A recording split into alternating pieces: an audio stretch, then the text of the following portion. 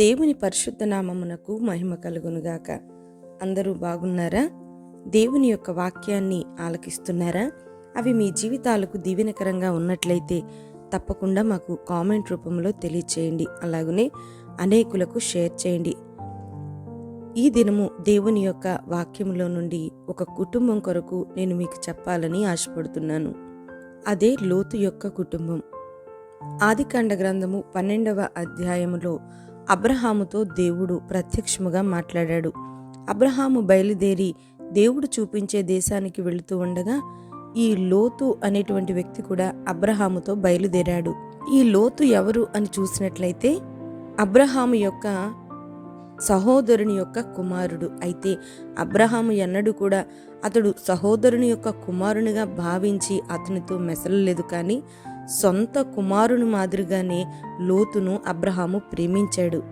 ఆ తరువాతి క్రమంలో మరి అబ్రహాము లోతు వారి గొర్రెలు వీరి గొర్రెలు, వారి దాసదాసీలు వీరి దాసదాసీలు అందరూ కూడా మరి ఒక చోట ఉన్నప్పుడు మరి లోతు యొక్క కాపరులకు మరి అబ్రహాము యొక్క కాపరులకు చిన్న తగాదా వచ్చింది. తద్వారా లోతు అన్నాడు, నేను సొదొమ గొమొర్రా పట్టణానికి వెళ్ళి అక్కడ వ్యాపారం చేసుకుని నేను ఉంటాను అని చెప్పి అబ్రహామును అడిగినప్పుడు అబ్రహాము దానికి చక్కగా అంగీకరించాడు. మరి వారిద్దరూ కూడా అక్కడ విడిపోయి లోతేమో మరి సొదొమ గొమొర్రా ప్రాంతాలకు వెళ్ళిపోయి అక్కడ నివాసం చేయటం ప్రారంభించాడు. లోతుకు భార్య మరి పిల్లలు కూడా ఉన్నారు. ఒకానొక దినాన దేవుడు అబ్రహామునకు ప్రత్యక్షమై, అబ్రహామా, నేను సొదొమ గొమొర్రా ప్రాంతాన్ని తగలబెట్టబోతున్నాను. దానికి గల కారణము ఆ ప్రాంతము భయంకరమైన పాపము చేత నింపబడి ఉంది అని చెప్పి అబ్రహామునకు చెప్పినప్పుడు మరి అబ్రహాము లోతు ఆ ప్రాంతములో ఉన్న కారణాన్ని బట్టి దేవుని ఆ ప్రాంతము నాశనము చేయవద్దని బతిమాలుకున్నట్లుగా మనకు కనబడుతూ ఉంది. ఈ మాటలు మనకి ఆదికాండ గ్రంథము 18వ అధ్యాయంలో కనబడుతున్నాయి. అబ్రహామును దేవుడు ఎంతో ప్రేమించాడు. అబ్రహాము యొక్క మాటను కాదనలేక దేవుడు మరి ఆ యొక్క సొదొమ ప్రాంతాన్ని నాశనం చేసేటప్పుడు లోతు కుటుంబాన్ని రక్షించాలి అనుకున్నాడు. అంత మాత్రమే కాదు, దేవుని దృష్టికి లోతు కూడా నీతిమంతుడుగా కనబడ్డాడు. ఏది ఏమైనప్పటికీ కూడా దేవుడు లోతు కుటుంబాన్ని బయటకు తీసుకొని వచ్చాడు. ఆ యొక్క ప్రాంతంలోనే వారు ఉండి నశించిపోయేదానికంటే వారి చేతులు పట్టుకొని దేవుడే మరి బయటకు తీసుకుని వచ్చాడట. అయినప్పటికీ కూడా చూసారా ఎంత అవివేకంతో లోతు యొక్క భార్య మరి వెనక్కి తిరిగి చూచిందట. దేవుడు చెప్పాడు, మీరు వెనక్కి తిరిగి చూడొద్దు, ఆ ప్రాంతము శపితమైన ప్రాంతము, ఆ ప్రాంతాన్ని నేను నాశనము చేయబోతున్నాను. మీరు త్వరగా పరుగు పెట్టి ఈ ప్రాంతం నుండి తప్పించుకొని వెళ్ళిపోండి, కానీ వెనక్కి మాత్రం తిరిగి చూడొద్దు అని దేవుడు చెప్పాడు.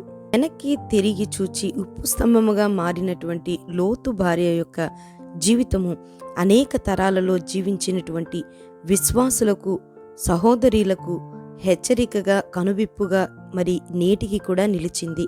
నాగటి మీద చెయ్యి పెట్టి వెనుక తట్టు చూడు వాడెవడును కూడా దేవుని రాజ్యమునకు వారసుడు కాదు అని ప్రభు చెప్పాడు. లూకా సువార్త 9వ అధ్యాయము 62వ వచనంలో. ఆదికాండ గ్రంథము 19వ అధ్యాయము 26వ వచనాన్ని చూసినట్లయితే వెనుకకు తిరిగి చూచి లోతు భార్య ఉప్పు స్తంభము అయినది అనే మాట అక్కడ మనకు కనబడుతుంది. రక్షింపబడుతున్నాము, రక్షించబడ్డాము అని చెప్పుకుంటున్నటువంటి మనము యేసు వైపు చూస్తున్నామా, లేదా తిరిగి మనము వదిలి వచ్చినటువంటి ఆ లోకము వైపు, లోకాశల వైపు మనం చూస్తున్నామా? ఆలోచన చేయండి. ఆయన శిష్యులలోనంట అనేకులు వెనుక తీసి మరి ఎన్నడూను ఆయనను వెంబడింపలేదు అని యోహాను సువార్త 6వ అధ్యాయము 66వ వచనంలో రాయబడింది. నేటి సంఘాలలో ఎంతోమంది ఆత్మీయంగా ఎదిగినట్లే ఎదిగి మరి ఏమవుతుందో ఏమో వెనక్కి లోకము వారిని ఆకర్షిస్తుంది. ఎంత మొర్రపెట్టినా ఎంత చెప్పినా వారు లోకాన్ని విడిచి రాలేక సేవకుల మీద నిందలు వేస్తూ ఉంటారు, లేకపోతే సంఘములో ఉన్న పక్కన వారి మీద నిందలు వేస్తూ రాలేకపోతూ ఉన్నాము అని చెప్తూ ఉంటారు. ఇవన్నీ కూడా ఇప్పటి నుంచి కాదు, ఆది నుంచి కూడా ఉన్నటువంటి విషయాలే. ఆనాడు యేసయ్యతో ఉండి అనేక అద్భుతాలను చూచి ఆత్మానుసారమైనటువంటి బోధనలు విన్నటువంటి ఆనాటి శిష్యులే అనేకులంట లోకాన్ని ప్రేమించి ఆయనను వెంబడించలేక వెనక తీసి వెళ్ళిపోయారట. అయితే మనము నశించుటకు వెనక తీయువారం మాత్రము కాదు, ఆత్మను రక్షించుకొనుటకు విశ్వాసము కలిగిన వారమై ఉన్నాము. దేవునికి స్తోత్రం. సహోదరులారా, లోతు భార్య వెనకకు జారిపోవటానికి కొన్ని కారణాలు ఖచ్చితంగా ఉన్నాయి. అందులో మొదటగా మనం చెప్పుకోవాలి అంటే ఆమె యొక్క అవిధేయత. దేవుడు వారిని ఎంత ప్రేమించాడు, ఆ కుటుంబాన్ని ఎంత ప్రేమించాడు కాబట్టే కదా దేవుని దూతలంట వారి యొక్క చేతులను పట్టుకొని ఆ ప్రాంతము నుండి బయటకు తీసుకుని వచ్చాయట. 2 పేతురు పత్రిక 2వ అధ్యాయము 6-7 వచనాలలో లోతు నీతిమంతుడు అని రాయబడింది. అబ్రహామును బట్టి శారాను దేవుడు ఆశీర్వదించాడు. ఆదికాండ గ్రంథము 17వ అధ్యాయము 16వ వచనాన్ని మనం చూస్తే జనములకు తల్లి అగును అని శారాను దీవించాడు. మరి లోతును బట్టి దేవుడు లోతు భార్యను నీతిమంతురాలుగా తీర్చలేకపోయాడా? దేవుడు ఏదైనా చేయగలడు. కానీ ఆమె యొక్క అవిధేయతను బట్టి ఆమె వెనుకకు జారిపోయింది. మనము వెనుకకు జారిపోకుండా ఉండాలి అంటే మనంతట మనము ప్రభువుకు సమర్పించుకోవాలి. సజీవ యాగముగా మీ శరీరములను ఆయనకు సమర్పించుకోండి అని రోమాపత్రికలో 12వ అధ్యాయములో రాయబడింది. ఎవరైతే తమ్మును తాము దేవునికి అప్పగించుకుంటారో, సమర్పించుకుంటారో దేవుడు అట్టి వారిని దీవిస్తాడు. ఆయన వాగ్దానాలను నెరవేరుస్తూ ఉంటాడు. కానీ వెనకబడిపోతూ ఎంతసేపు వెనక్కి చూసుకుంటూ దేవునికి అవిధేయతగా బ్రతుకుతూ వీరి మీద నిందలు వేసుకుంటూ మరి సాగినటువంటి పయనాలు ఇదిగో ఈ లోతు భార్యలాగానే ఉంటాయి. ఆతిథ్యము చేయ మరవకుడి, దాని వలన కొందరు ఎరుగకయే దేవదూతలకు ఆతిథ్యము చేసిరి అని హెబ్రీ పత్రిక 13వ అధ్యాయము 1వ వచనంలో పౌలు గారు రాసి ఉన్నారు. ఇక్కడ పౌలు ఎవరిని దృష్టిలో పెట్టుకొని ఈ మాటలను రాశారు అని చూసినట్లయితే అబ్రహాము కుటుంబాన్ని, అలాగనే లోతు కుటుంబాన్ని కూడా. అబ్రహాము కుటుంబం 18వ అధ్యాయములో దేవుని దూతలకు ఆతిథ్యం ఇచ్చారు. 19వ అధ్యాయములో చూస్తే లోతు కుటుంబం కూడా దేవుని దూతలకు ఆతిథ్యం చేశారు. ఆతిథ్యము మరి దీనికంటే కూడా దేవుని యొక్క వాక్యము ఏం సెలవిస్తుందంటే మాట వినడం, లోబడటం, విధేయత శ్రేష్టము అనేటువంటి విషయాన్ని పరిశుద్ధ గ్రంథం స్పష్టంగా తెలియజేస్తూ ఉంది. విధేయత శ్రేష్టమని గుర్తించలేక ఈ కుటుంబం మరి లోకంలో కలిసిపోయింది. శాపాన్ని కొని తెచ్చుకుంది. ఆలోచించండి. బలులు అర్పించుట కంటే ఆజ్ఞను గైకొనుటయు, పొట్టేళ్ల కొవ్వు అర్పించుట కంటే మాట వినుటయు శ్రేష్టము అని 1 సమూయేలు గ్రంథము 15వ అధ్యాయము 22వ వచనంలో రాయబడి ఉంది.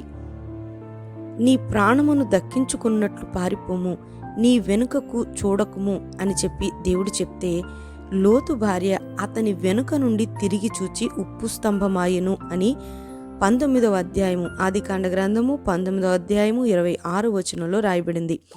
ఆయన మాట విననందున ఆ స్థితి ఆమెకు ప్రాప్తించింది. ఆయన మాట వినినటువంటి శిష్యులు ఒక్కసారికి ఒక్కమారే విస్తారమైనటువంటి చేపలను వారు పట్టారు. ఆయన మాటను లక్ష్య పెట్టకుండా వెళుతున్నటువంటి యోన 3 దినాలు చేప కడుపులో కష్టపడాల్సి వచ్చింది.